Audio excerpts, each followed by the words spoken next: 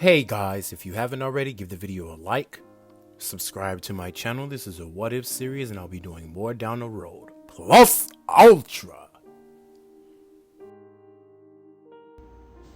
Hey guys, and welcome to another part of What If Naruto Was Yujiro Hanma Reincarnation. So, we left off with Sasuke and Naruto training for 3 years, and in those 3 years, Orochimaru decided to test out his new body. Remember I told you that the 1 year Orochimaru reincarnated himself in the body of Pickle. And for those of you who don't know who that is, Pickle is a prehistoric man that was in the Baki comic books. I'm pretty sure some of you know that if you read Baki, it's like a fighting anime, but mostly strict on fighting and honing your martial arts. Well, yeah, he's from that kind of anime. It's on Netflix. Go, watch it, you know. Anyway, so let's just get back to the story. So, Orochimaru wanted to test out his strength, his power, since the body he took was from a prehistoric time. Orochimaru would encounter Naruto, and like I said in the last video, he charged at Naruto, and the both of them would engage in a battle. Ultimate prehistoric strength versus ultimate violence. You literally think you're the strongest. You think you just gonna keep pushing me around. Well, now I have obtained something extraordinary, my dear Naruto. Orochimaru would say this in his head as him and Naruto are trading blows, and the battle is growing. You can tell that both of them are getting very, very excited.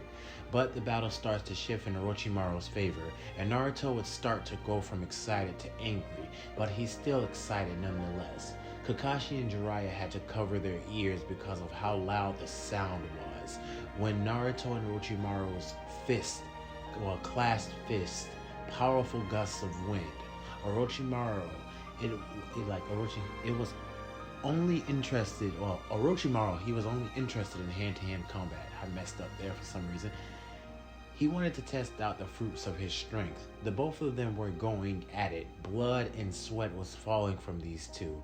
Naruto latched onto Orochimaru, putting him in a chokehold, in which in turn almost made Orochimaru passed out, but he gathered his bearings and sprinted as fast as he could, using chakra to enhance his speed even more.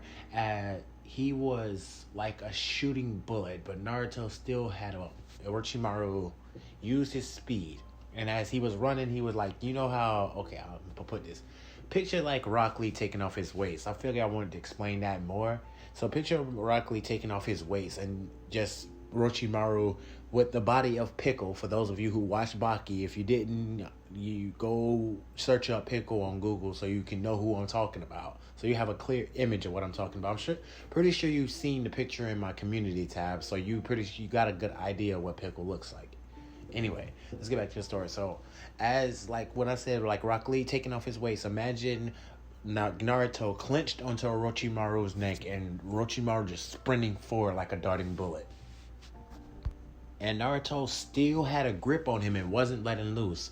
All of a sudden, Orochimaru would jump as high as he could, 100 meters in the air, and then they fell directly and landed on their heads, which in turn caused Naruto to lose his grip. But he wasn't phased from the fall. The impact caused his grip to loosen. Orochimaru got up, not phased either by the fall.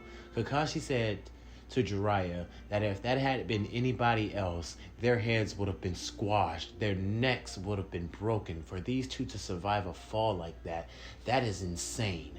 Now, this is something I do want to mention.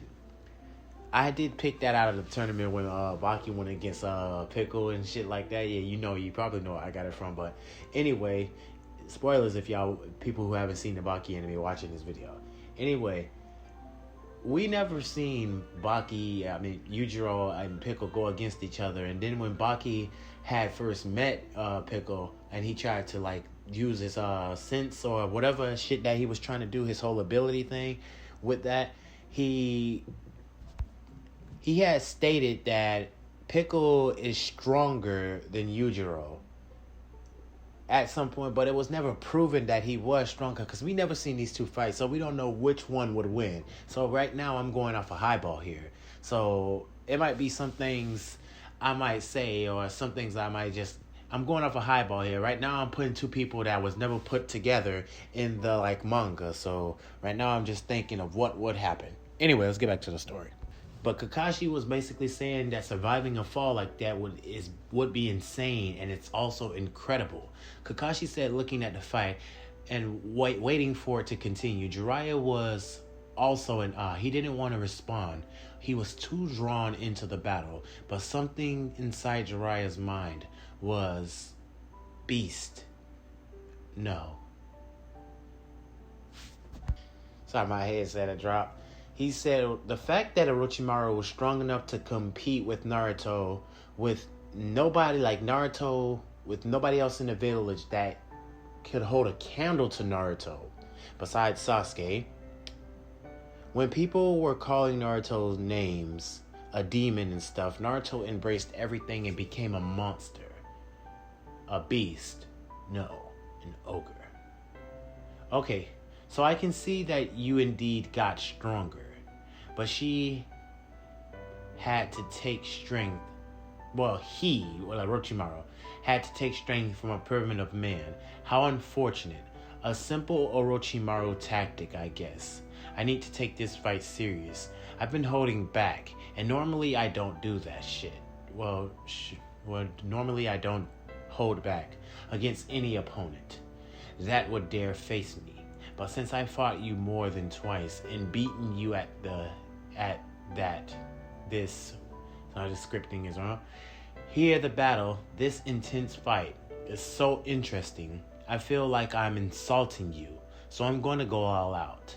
Naruto's shirt starts to rip off, and this huge energy gust of wind blows the whole area, making Orochimaru sweat.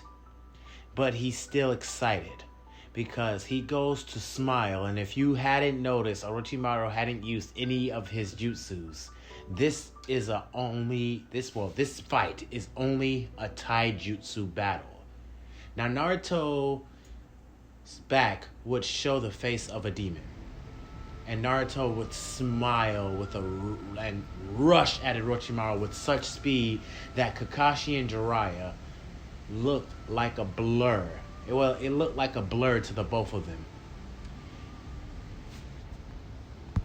Now, Naruto and Orochimaru would be hitting each other with hard attacks, from kicks to punches to slams to full Nelson, chokehold, submissions. This was truly a battle of martial arts, a battle type jutsu. The energy in the wind was too much. Well, the battle type jutsu, that I don't know why I put jutsu there. It didn't make sense to put jutsu there. And let's put it like this. So the energy from these two was creating wind pressure that was too much for Kakashi and Jiraiya to handle, to even fathom. Or to stand the pressure was so intense, Orochimaru came with a huge uppercut to Naruto's counterattack with a sidekick. So basically, Orochimaru spent his body in a way to the point he could hit Naruto in the chin with an uppercut. And Naruto basically managed to kick Orochimaru with a sidekick. So basically, both of their attacks, these two tacticians, when it comes to battling, had a counterattack for each other's counterattack, if that makes sense. So like I said, the both of them are battle tacticians and geniuses when it comes to fighting. So each technique, each jutsu, well, they didn't use jutsus, like I said, I just basically threw that out there. They didn't use jutsus, and like I said in the earlier videos, that Naruto really doesn't like using jutsus. He just does it to basically make fun of people or use it as a ploy or something like that. And that's basically what I'm going to stick to going further on in these videos. And it sucks that I've been away for a while and haven't came back to this. I actually like this series. I need to start doing stuff, Anyway, so everything they used to counter each other, to throw the opponent off guard, was in such a flawless way. It was used in such a unique way Naruto is getting excited, more excited than usual, and Naruto threw a right hook at such high speed that Orochimaru, when he got hit by it, his eyes went to the back of his head, sort of like you're being dazed. But Orochimaru counterattacked with a huge kick to Naruto's gut. Naruto clenched his stomach. The pain he felt from that kick was incredible. The strength from the attack was something extraordinary. Naruto, happy that he could go all out and use all the techniques, all history, all his power, all the history behind, well, not history, why did I say history? All his raw strength. Now, Naruto and Orochimaru continue the battle, and these two are basically delivering each blow, each counterattack, and it is going heavy.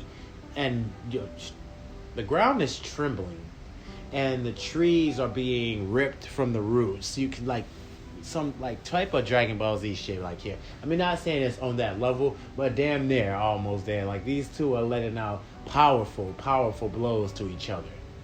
And Amp with Orochimaru, you already know. Anyway, so as this is continuing on, Naruto manages to launch a huge fist and punch Orochimaru dead on in the face and send him flying back, skip rocking across the terrain. This is where, for the first time, Orochimaru sees a huge gust of red energy emanating from Naruto's body, and Naruto's eyes are red and with slits. And Naruto's nails elongate, and Naruto embraces this power with his teeth sharpening like fangs. And Naruto clenches his fist heavy as he's walking towards Orochimaru, and he's taking very slow steps. Each one of them are getting very intimidating. Naruto is getting stronger by the second as he's drawing out more and more energy and more chakra into his body, and his eyes are very these black markings. You can just see how visual his eyes are starting to look, but Naruto's eyes is still red, but you can see the slit in his eyes as Naruto is getting closer to Orochimaru and his hair starts to float up. Naruto smiles as he's excited about this, and Orochimaru feels nothing but bloodlust. He feels nothing but heavy bloodlust from Naruto, and Orochimaru says, Why am I shaking? Why am I scared? Don't tell me this brat got me nervous. He can't kill me. And Naruto walks as he stops and put his hands in his pocket and powers down. You're no match for me, Orochimaru. Not even if you took 1,000,000 bodies, you could never beat me. You just got scared. That was basically intimidation factor. I saw your legs shaking and you about to being nervous. That just lets me know that you're weak. I won't waste my time killing the weakling like you. You failed twice already, and the fact that you stole whoever body that was just to get stronger to beat me proves my theory that you're just weak. And this whole thing was just entertainment and a training method. Thank you for that. You basically just helped me train. And Orochimaru would be puzzled and shocked. Wait, I thought you thought I was what? Enjoying myself? No, I wasn't. I was basically using that as a ploy to gain your interest, to just see if you wanted to keep going. Man, you entertained me, I tell you that. You gave me some entertainment doing this whole trip. Basically, all I was doing is just training. So when you came here, it just made the trip even more fun. And Orochimaru just screams out at Naruto, and Naruto turns back around and smiles. Please don't charge at me again, because this time I'm not gonna hold back on you. I'm gonna hit you so hard that it might kill you this time. And Orochimaru would rush, but his body would stop, and he would be just stuck in place with his legs shaking, and he would end up pissing on himself as he feels the amount of intimidation and the bloodlust behind Naruto's words. And Naruto would say this once: "Get lost, Orochimaru. You're interrupting my training. That's enough entertainment for one day. Now I'm done playing with you. If I see you a fourth time, just know that you will not leave this battlefield. Ever. And Orochimaru would like just body flicker away. He would poof out away, just get away from the battlefield. And this is where he would appear back at his compound. And he would be angry, but also a sense of relief would be over his body. Anyway, so the rest of the time skip will play out per normal.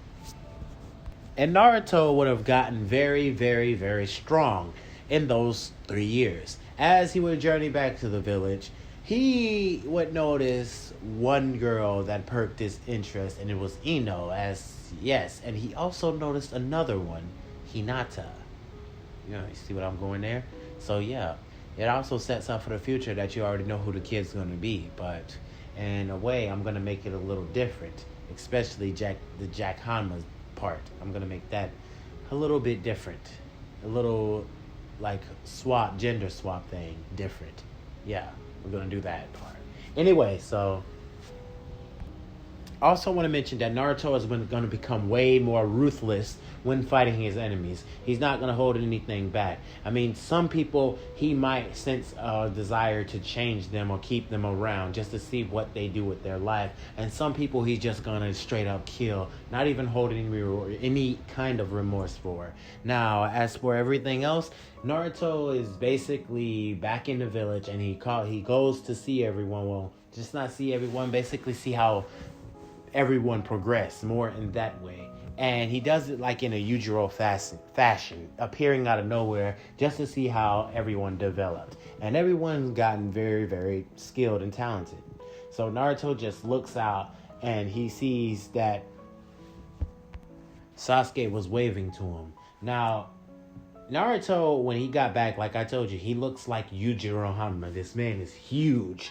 And yes, so when Sasuke gets there, I'm telling you that Sasuke has more like a Baki type of body. And the both of these characters looked at each other.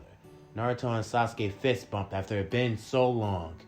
And right now, Naruto, I'm going to say this right now, this is the only person that Naruto really holds any respect for. I mean, he holds a lot of respect for some of the, like, you leave Shinobi in there, such as Kakashi and a few other people who never got scared and stopped or backed down from fighting him.